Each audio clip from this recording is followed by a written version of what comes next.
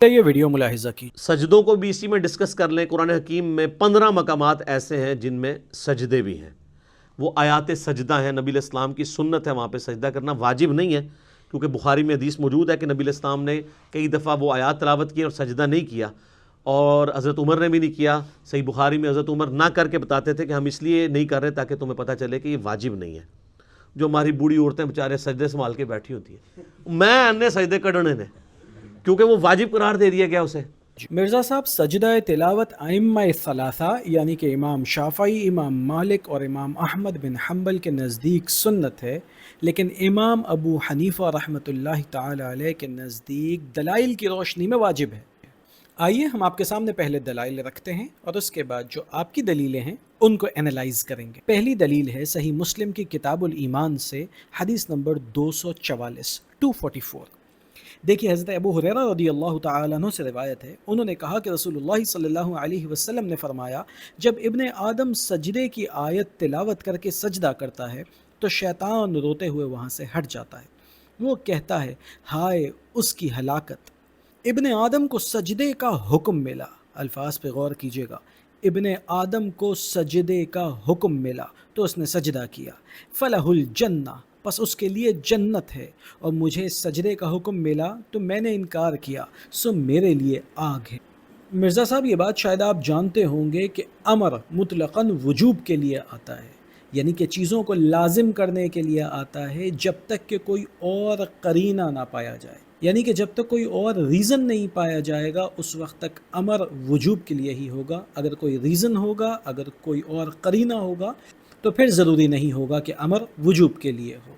لہٰذا یہاں پہ غور کیجئے، جو لفظ استعمال ہوا ہے وہ ہے امیرا، حکم دیا گیا، سجدہ تلاوت کا حکم دیا گیا۔ لہٰذا یہاں سے یہ بات ثابت ہوتی ہے کہ سجدہ تلاوت یہ واجب ہے نہ کہ سنت۔ دوسری دلیل سورہ انشقاق کی آیت نمبر 21، وَإِذَا قُرِئَ عَلَيْهِمُ الْقُرْآنُ لَا يَسْجُدُونَ، اور جب ان کے سامنے قرآن پڑھا جائے تو وہ سجدہ نہیں کرتے۔ یہ آیت سجدہ ہے، لہٰذا جس نے یہ آیت سنی ہے ان سے گزارش ہے کہ وہ سجدہ ضرور کر لیجئے۔ دیکھیے، اس آیت میں سجدہ نہ کرنے والوں کی مذمت بیان کی گئی ہے، انہیں کنڈیم کیا گیا ہے، اور ہم جانتے ہیں کہ مذمت صرف ترک واجب پر ہوا کرتی ہے، لہٰذا یہ دوسری دلیل ہے کہ سجدہ تلاوت واجب ہے نہ کہ سنت۔ تیسری دلیل وہ تعلیق ہے جو کہ امام بخاری علیہ رحمہ کتاب السجود القرآن کے اندر لے کے آئے ہیں۔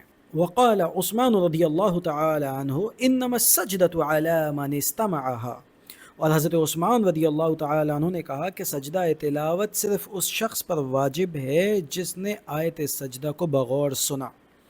یہاں پہ جو غور طلب کلمہ ہے نا، وہ لفظ علی ہے۔ یاد رکھیے، لفظ علی یہ وجوب کے لیے آتا ہے۔ دلیل کے طور پر دیکھیے تمہید الفصول فی الاصول، یہ امام سرخسی علیہ رحمہ کی اصول کی کتاب ہے۔ دیکھیے اس میں باب بیان معانی الحروف المستعملۃ فی الفقہ، اس کے اندر آپ کیا فرماتے ہیں؟ وَأَمَّا الْعَلَى فَهُوَ لِلْإِلْزَامِ بِاعْتِبَارِ أَصْلِ الْوَضْعِ، اور بہرحال یہ کلمہ علی پس وہ اپنی اصل کے اعتبار سے لازم کرنے کے لیے وضع کیا، یعنی کہ لفظ علی جو حقیقتاً استعمال ہوتا ہے وہ وجوب کے لیے استعمال ہوتا ہے جب تک کہ کوئی اور قرینہ نہ پایا جائے۔ لہٰذا اس تعلیق سے بھی یہ ثابت ہوتا ہے کہ سجدہ تلاوت واجب ہے نہ کہ سنت۔ اب آتے ہیں ان دو حدیثوں کی طرف کہ جنہیں آپ نے بیان کیا دلیل کے طور پہ اس بات کی کہ سجدہ تلاوت سنت ہے، واجب نہیں۔ دیکھیے، پہلی حدیث آپ نے بیان کی 1072 بخاری شریف کی، فرماتے ہیں کہ حضرت زید بن ثابت نے نبی کریم علیہ الصلوۃ والسلام کے سامنے سورہ نجم پڑھی تو آپ نے اس پر سجدہ نہیں کی۔ تو مرزا صاحب، اس سے یہ کب لازم آتا ہے کہ آپ صلی اللہ علیہ وسلم نے سجدہ تلاوت ہی نہ کیا ہوگا؟ ہاں، فوراً سجدہ نہ فرمایا، اور یہ تعلیم امت کے لیے ہو سکتا ہے، جب ہی ہم بھی یہی کہتے ہیں کہ سجدہ تلاوت فوراً واجب نہیں ہے، اس کا فوراً ادا کرنا یہ کوئی ضروری نہیں ہے۔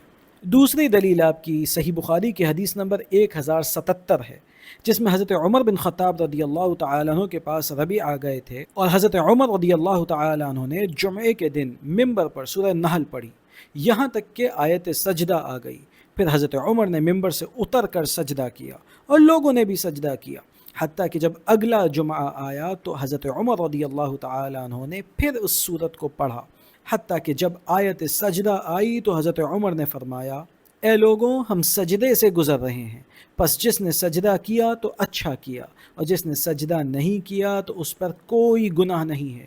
اور حضرت عمر رضی اللہ تعالی عنہ نے سجدہ نہیں کیا، اور نافع نے حضرت ابن عمر رضی اللہ تعالی عنہ سے یہ اضافہ کیا ہے کہ بے شک اللہ نے سجدہ تلاوت کو فرض نہیں کیا سوائے اس کے کہ ہم چاہیں۔ مرزا صاحب اس حدیث میں بھی چند باتیں قابل غور ہیں۔ نمبر 1، یہاں کہیں ذکر نہیں ہے کہ بعد میں بھی حضرت عمر رضی اللہ تعالی عنہ نے سجدہ نہیں کیا، اور میں نے پہلے بھی عرض کیا کہ یہی ہمارا موقف ہے کہ سجدہ تلاوت فوراً کرنا واجب نہیں ہے، جب آسانی ہو، جب موقع ملے سجدہ تلاوت کو ادا کر دیا جائے۔ دوسرا یہ دیکھیے کہ یہاں پہ جو الفاظ ہیں کہ بے شک اللہ نے سجدہ تلاوت کو فرض نہیں کیا سوائے اس کے کہ ہم چاہیں، یہاں سجدہ تلاوت کے فرض ہونے کی نفی ہے، اور احناف سجدہ تلاوت کو فرض نہیں کہتے، واجب مانتے ہیں، اور فرض اور واجب میں بڑا فرق ہوا کرتا ہے۔ اس کے علاوہ جو تیسری بات یہاں پہ فلا اثم علیہ، یعنی کہ اس پر کچھ گناہ نہیں ہے، یعنی فوراً جس نے سجدہ نہیں کیا اس پر کچھ گناہ نہیں ہے۔ لہٰذا جو دلائل ہم نے آپ کے سامنے رکھے ہیں ان سے سجدہ تلاوت کا وجوب ثابت ہوتا ہے، لیکن اس کے باوجود بھی جن ائمہ نے، جن فقہا نے دلائل کی روشنی میں سجدہ تلاوت کو سنت بیان کیا ہے، ان دلائل کی روشنی میں اگر کوئی شخص سجدہ تلاوت کو سنت تصور کرتا ہے تو یہ اس کی چوائس ہے۔